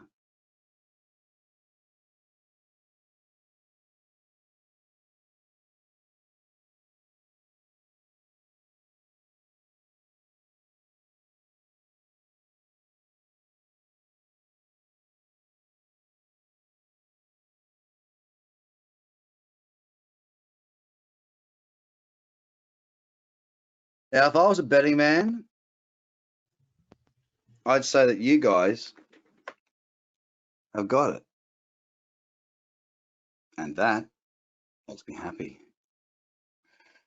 Because a lot of the time, especially when I do it with decent sized audiences like this, right? And like I've presented this stuff at, you know, there's more cows in the paddock in Australia. Well, sorry, that's a really bad analogy because there are more cows in the paddock in Australia than I've presented it. But I've done this a bloody lot of times, all right? And because you're not at the beginning of the presentations that I've done, you're at the, you know, the point where I've done a heap. I'm so stoked to see you guys get the hang of this because it just shows me that I've listened to my audience, I understand what they're up to, and I'm learning how to present this in a way that the consensus, the majority consensus is they understand. And I'm really proud of that. I'm really happy with that because you start to see this and you go, well, that ain't convergent. Don't forget, you can do this. You can bloody well do this. Just don't stray. Don't think too much. And if you start thinking too much, well, that is a clear indication that it ain't clear, so it's not there. You could be just a special bunch there, David. You might be right. You guys might just be the bee's knees. But you know what? Yeah, I'll leave it at that. All right, let's get in the candlesticks. I got some stories about these puppies, and I think it's really important to talk of candles. They're not just a candlesticky looking thing that gives you some information. Yeah, well, they are, but it's about knowing what it's telling you. All right. Candlesticks, oh my goodness, they are there as is trend. They are a piece of information. And let's just strip things back again to what we came to in part one, which was the realization at the end of the day, we can buy and we can sell. They're the two active things we can do, and the passive is that we can do nothing. Okay, that is it. Let's strip all the BS away. We are buying or we are selling. And if we're not doing anything, well, we don't have to do jack, right? So we're going to use candles and see candles in that same light. We're also going to suggest that candles alone are not a strategy. Now, I can tell you I've done inside candles, outside candles, engulfing candles, this candle, that candle. I've traded them all, and I've lost money on trading candles by themselves on every single occasion. You got to remember, I'm 36. I started trading at 21. I certainly don't see myself as old and wise. I certainly do see myself as somebody who's learned the bloody hard way and knows what not to do. So if you're trading from any singular ingredient alone, you will lose. Candles are exactly the same. Now, here's my issue with candlesticks. Well, there are books written about them, but I'll get there in just a minute. I skipped a slide ahead in my head. Okay, so let's go through the anatomy, because it is obviously important to understand the anatomy of a candlestick. Thankfully, it's not like our anatomy. It's very simple, very straightforward. There is an open and a close. Now, here's the thing. If this candle closes green, if you've set the buy candle to be green, it means that it closed higher than where it opened over that period of time. So let me give this candle here, let's make it 60 minutes, just to give it a time frame, right? The fact it's green means that it closed higher than it opened. It's that simple. Do not overcomplicate simple things. That's the thing we struggle with most, I think. We have an upper wick and we have a lower wick. Now, there was questions before, do we look at the whole candle or just the colored bit? We always look at what you will now learn that is called the range. The entire candle is of relevance, okay, on all of my trading. The whole candle is of relevance. The body is simply the color, the period, where we open and close, that's called the body. The upper wick is the highest level the price reached within that 60-minute time frame, and the low is the lower wick. The range is the whole shebang. This candle is a bullish candle. Now, it just means, and please listen to this carefully, it just means that it closed higher than where this candle opened. Flip it on its head. If you get a red candle, it means that it's closed lower than where it opened. The same thing is said, the high is here, the low is there. That is called the range. When we take in all the extremities, the body is the base, and we have an upper and lower wick. Please, let me erase these things. I would appreciate it for your own good if you took a screenshot of that while I have a sip of water. And I say it because I have seen people overcomplicate simple things, and I'm sure at some point you will too.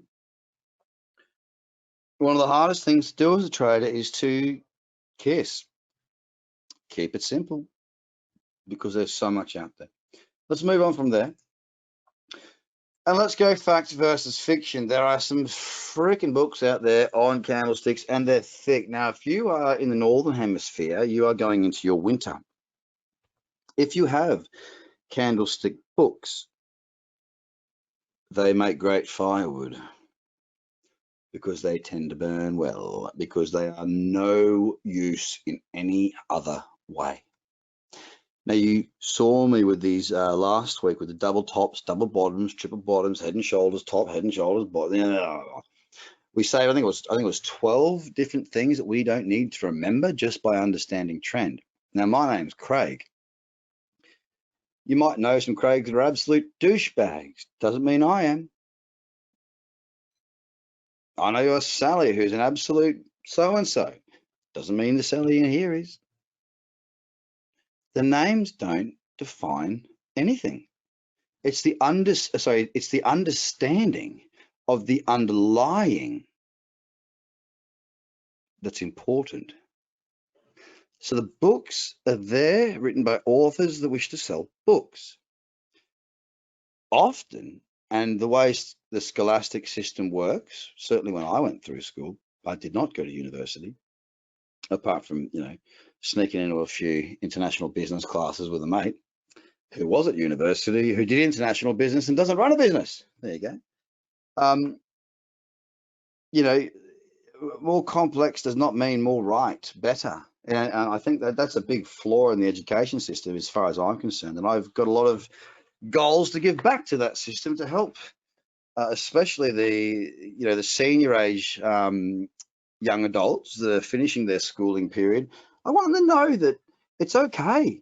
You've got so many kids out there dealing with so many issues, and the poor buggers this year with all this coronavirus stuff. Oh my goodness. I just wish I could give them all a bloody cuddle. I tell them it's okay, because the pressure on top of what they're going through, man, I think it's a really bad system. There are great teachers that help, but I just think I think it's a little bit, there needs to be some more reality around the way the world works. Okay, and I'm very passionate about that. The names, learn them. Hey, good on you, mate. This is what matters. You know, if you go to a party and Jordan chews your head off and you remember his name, is that the important part? Nah. The fact that the guy just wouldn't shut up, that's what you remembered. So what is it telling you? What is the candle telling you? Well, before I go there, the good thing is that I'm going to make it, oh, you guessed it, I'm going to make it nice and easy. Look, I know you've learned a lot of things. I know there's a lot of things to take on board, but I tell you what, there's a shit ton more if you don't do it the simple way, all right? You got three different types of candles. These ones, the buyers are in charge. These ones, the sellers are in charge. These ones are indecisive. I don't know, flip a coin, doesn't matter, I'm not going to use them. The names don't mean anything, and don't worry, I don't need to go through all these three candles to really give you an understanding, because I'm about to do that by doing this. All right, let me just get rid of that. Right, let me do this, right? Okay, so I'm going to teach you anatomy of a candlestick. Actually, let me make this more anatomic. Is it anatomic? Anatomic? I don't know. Freaking hell. I'm not very good at English. So this is a green candle. Of course, I've just taught you that a green candle is a candle that is bullish. Let's make the whole thing green and anatomically correct. That's right. So here we go. All right. Don't worry about all the squiggly, Mr. Squiggle stuff. What am I saying here? What is this candle telling me? And this is the beauty of what I'm about to teach you. Like I said at the beginning of part 1, and like I said tonight in part 2, I want to teach you why. I'm not here to tell. I'm not here to preach. I'm here to teach. And to teach means giving you an underlying understanding of what the message is. That's my belief in what teaching is. So here we have. Let's go through this. We know, I'll go back to the red candle. Where are we? Down here. I'll go back to the red. Right. We know that is the high of price. And let's say it's again, let's go 60-minute. Okay. We know that is the low. We know because it is green, it means that it closed higher than where it opened. These are the things we literally just learned. But what else does this candle tell me? Well, this candle tells me at one point, this candle looked like that. This candle was big and red. It opened right here. Sorry. It opened right here. And at one stage, all of this was red. Therefore, it was a big red candle. It was a strong seller's candle, correct? Yeah. But for whatever reason, the buyers came back, didn't they? Now, they might have kept on going and to this point where the high was, and then the sellers came back a little bit, and we ended up resting here. Now, if I was to ask you who controlled the momentum of this 60 minutes, would you say the buyers or the sellers? And I want to ask you that genuinely, and I'd like to see an answer, please. Who controlled, or who had control of this candle, the buyers or the sellers?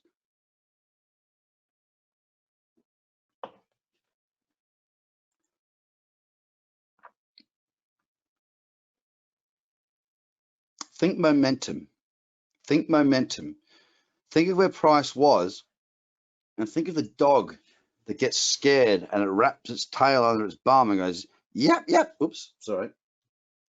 and drives it, runs away. Where was the momentum leading to the close?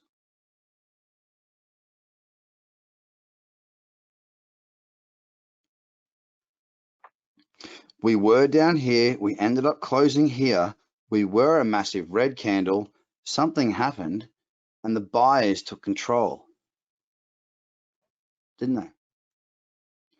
Now, at this point, I don't, excuse me, I don't care what it was. At this point, I'm not interested.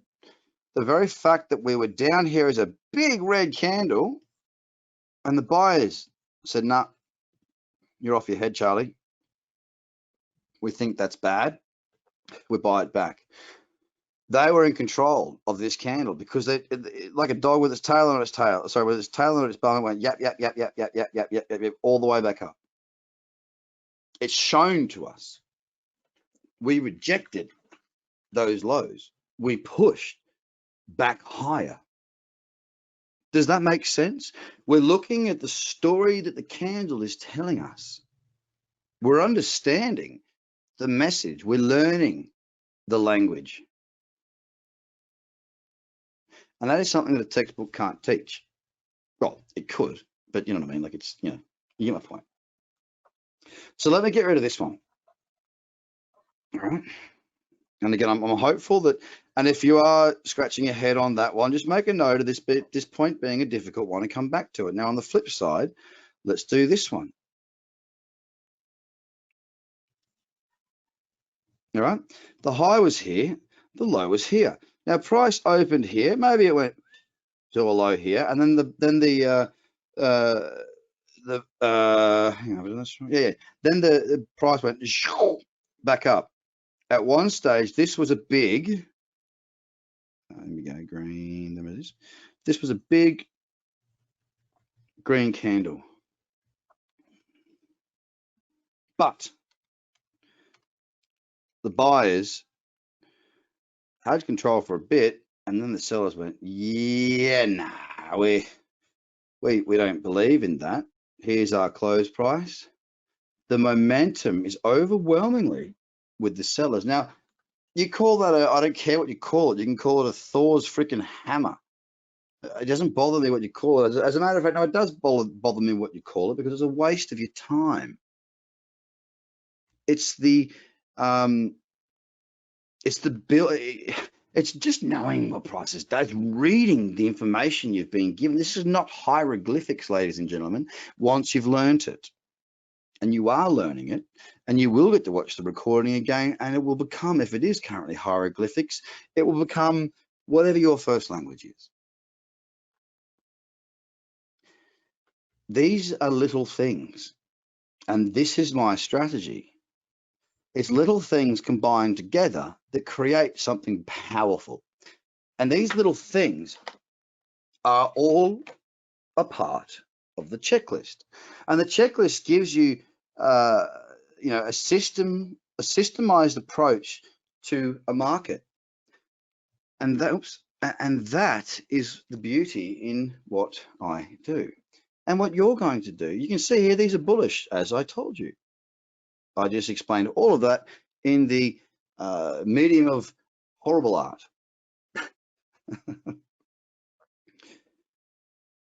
Are we clear? And if we're not, I want to hear it, because it's important to me. I don't care if I spend 6 hours here tonight. I want you to get it. No, it's a lie. I do care if I spend 6 hours, but you know what I mean? I want you to get it. I want you to understand. I want you to see this for what it is.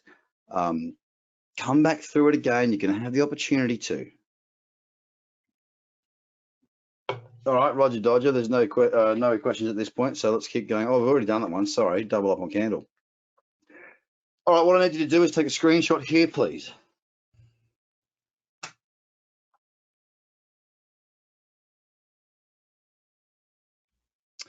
A screenshot here, and I will do this, right?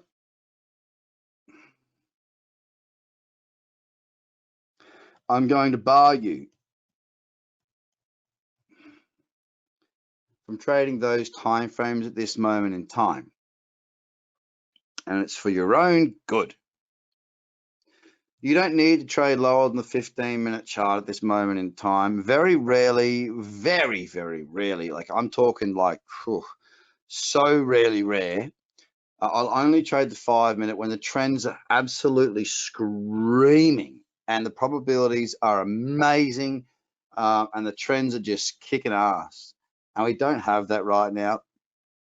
And 90 or 80, at least 80% of the time, we don't have that.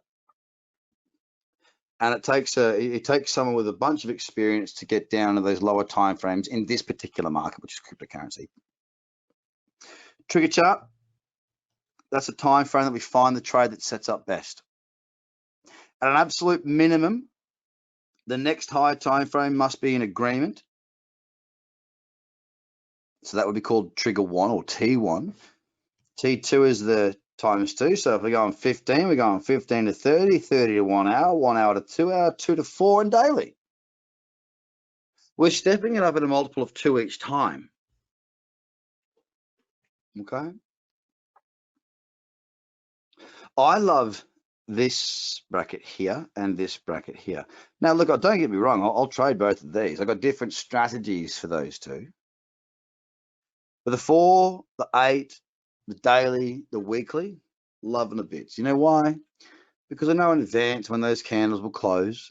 I know that I can go out and do what I got to do. I can, if the tides are good to go fishing, I can go fishing, and I can go, okay, well, as long as I'm back by X time on the hour, I can go and do a scan, and I can go, all right, well, I'll be there when that candle closes, because the candle closing is going to be the point at which we can take our entry and our stop loss, as you'll find out next week.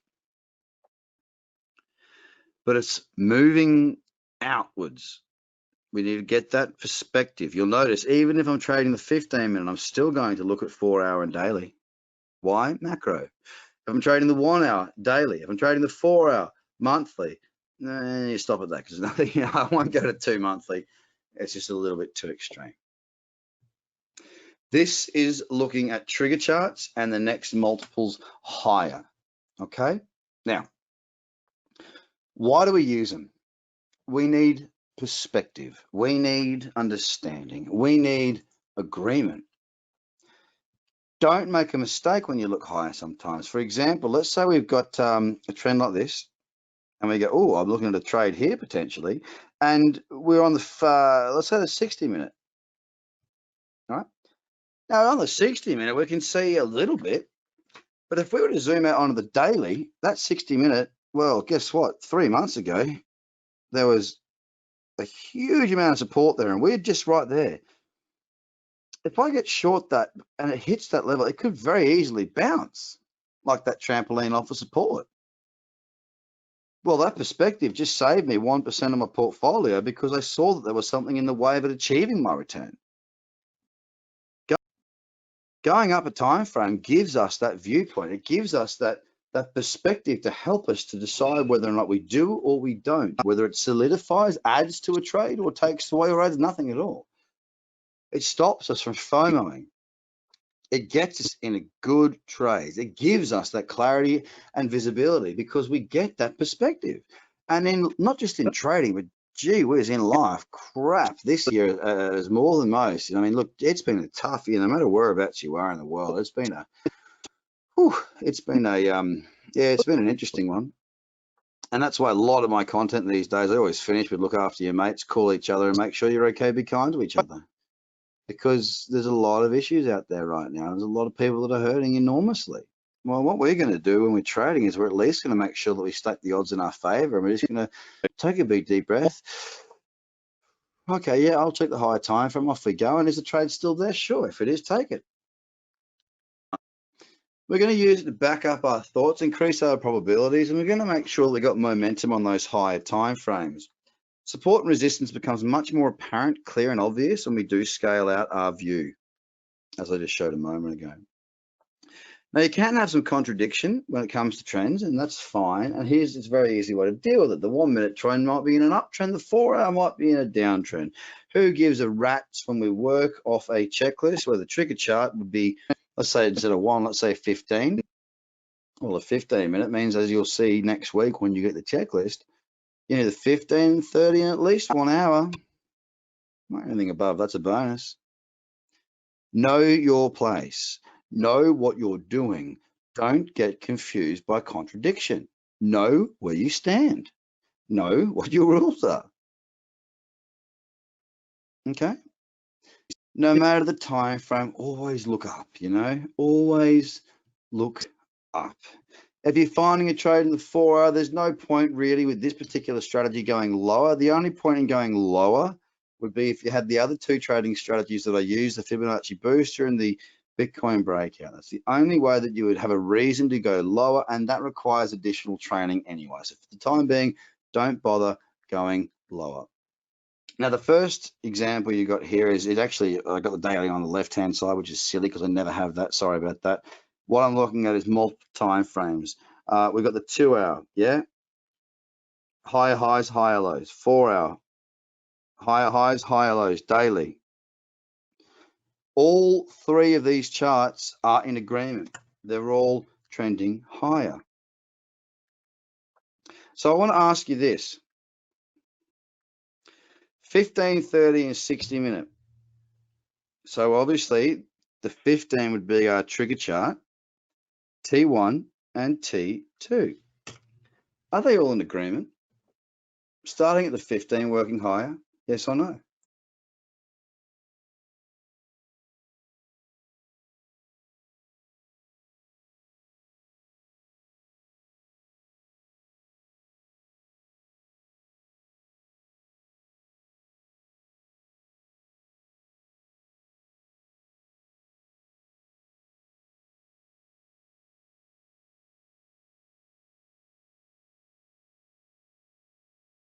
Little ripper.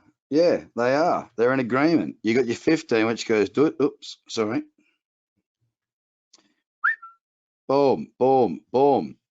Boom, boom, boom, boom, boom. Boom, boom, boom, boom, boom. All three are in agreement with trend, higher lows and higher highs. How about here? 1 hour, 2 hour, 4 hour. I'm not going to give you any hints at this point in time. We've been through enough and I've repeated myself plenty. You know the rules. You know what's up. Are they? Give me your answer.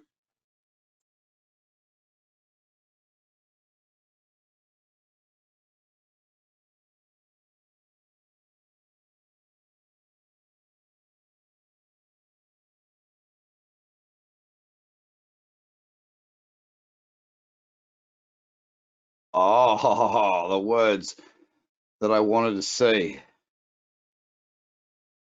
No, you don't know who said them. So, I threw a spanner in. Yeah, righto. So let's go 1 hour. First things first. Do I have a nice clear trend here? I'd say no. Oh, sorry. Oh, this damn bloody tool. It's not really there because that should go to there. The 1 hour is not in a clear downtrend. The 2 hour, oh, look, you're pushing it. The answer is it's not really clear. Okay. This chart is ugly. Now, I want you to get used to saying no. Swipe left or swipe right. I don't know which way you swipe. I've been with the same person for a very long time, but it's a no. This is not clear enough. It's messy. It's not obvious. You compare that, like for example, let me just give you that straight up here, righto? Check this out. Look how obvious that is. These are the charts you want, ladies and gentlemen. The ones that stand out, the pretty ones, the ones that are obvious. This, you can do better than that, guys. Alrighty. What about this one? Are they in agreement or not?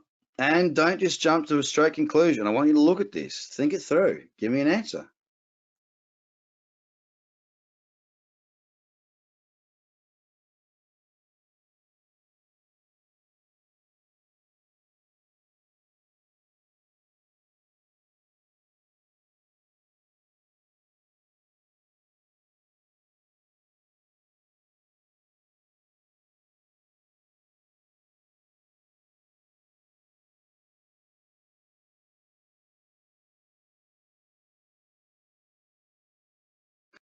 All right, let me just bounce something by you, because this is another learning curve one, right?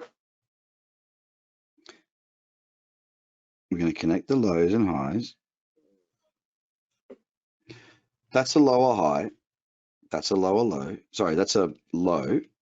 And then we have a lower low. So in actual fact, that's a downtrend. Over here, however, that's an uptrend. Over here, that's an uptrend. So in this case, the 2 hour is downtrending. And of course, let me just caveat that by saying that if you're following the rules that you'll receive next week, you know, if it's not in that cradle zone, you're not interested anyway. The only time frame you'd realistically be looking at would be the 8, because it is actually in that cradle zone. But what could you do in this case? Based on trend, you can go, let's get rid of the 2. That's not going to be my trigger chart. Well, the 4, it's not in the cradle zone, so let's get rid of that. But the 8's in the cradle zone. Let's go to the 8 as our trigger chart, or sorry, not even T1. That's our trigger, and let's go to the 16-hour next. Now, I know that Gate doesn't have a 16-hour time frame on the platform right now, but what is stopping you from getting a TradingView charting package and going and getting the contracts that Gate have and then bringing it back to the exchange? Because that's what I do. Always take your prices off the exchange prices, because that's the prices they're offering you. You can go and find your trades elsewhere and bring it across.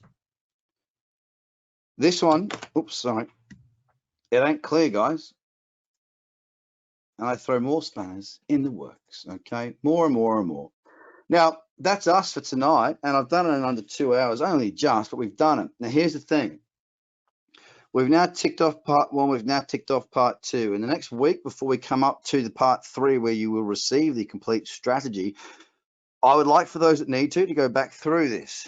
Okay, you've got plenty of time, and if after the scan, which will be on Wednesday evening at the same time, it will start at the same time that this event started, you have registered already, you will receive your email reminding you. Keep an eye on that. The email will be from GoToWebinar. All right. I want you to watch and subscribe.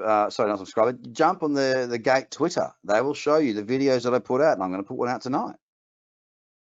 I want you to jump on that scan, and I want you to realize, do you need to go back through part 2 again, or are you pretty up to date? Because if you don't go through it again and you need to go through it again, then part 3 is going to be more complicated for you. Part 3, if you understand part 2 and you go through it again, or you understand the scans and the videos and you watch through some of the stuff that I've got on my TraderCobb YouTube page, part 3 should fall into place quite well. Part 3 is literally where the rubber hits the road. Well, I said literally, it should have been figuratively. Okay, be ready for part 3, be on the scans, watch the videos, get your head around this. This is not difficult trading. It's simple stuff, but it won't be easy. So take your time. You have time. That's why I spread them a week apart. Enjoy it, learn it, and ask questions where you can. If you want to ask me directly, TraderCobb Twitter, and same on Facebook, my TraderCobb YouTube page. And like I said, brand new website up and running. I'd love you to go ahead and jump on that, get in the free course there, and see what it's all about. And let us know if we can help any further, guys. I appreciate your time. Thank you so much for it. Quite interactive, this one, so that was fantastic. Makes it much more interesting for me. Thank you so much once again, and have a fantastic week. I shall be back again next week. Oh, and by the way, the other thing is there is a survey. As soon as I finish this, there is a survey. Please take some time, fill it out. It doesn't take very long. The questions from me, please do fill out that survey. It helps me to be better. It helps Gate to know more about what you want. I genuinely ask, please, it won't take you long. Please answer those questions so I can see how far you've progressed, where I need to work on, and it just makes me do my job better. Thank you so much for your time. Love you guys, and yeah, let's keep it going. Bye for now.